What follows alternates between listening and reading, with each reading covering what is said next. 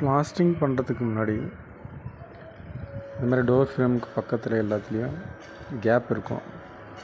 அந்த கேப்பில் chips concrete வச்சு பேக் பண்ணணும்.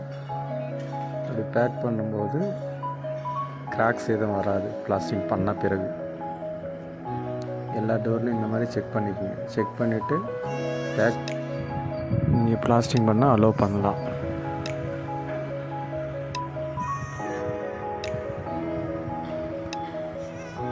ஃப்ரேமோட 4 பக்கமும் பாட்டம், சைடு, டாப்பில் இதேமாரி ஒவ்வொரு ஃப்ரேம்லையும் செக் பண்ணிக்கணும்.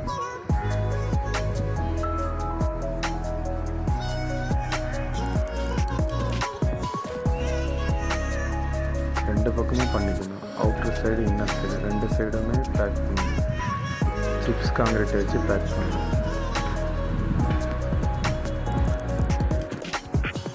அதுக்கப்புறம் எங்கெங்கே காலம் ஃப்ரேம் ரெண்டு ஜாயிண்ட் ஆகுதோ அந்த இடத்துல வந்து ஃபில்ட்டி போல்ட்டை வச்சு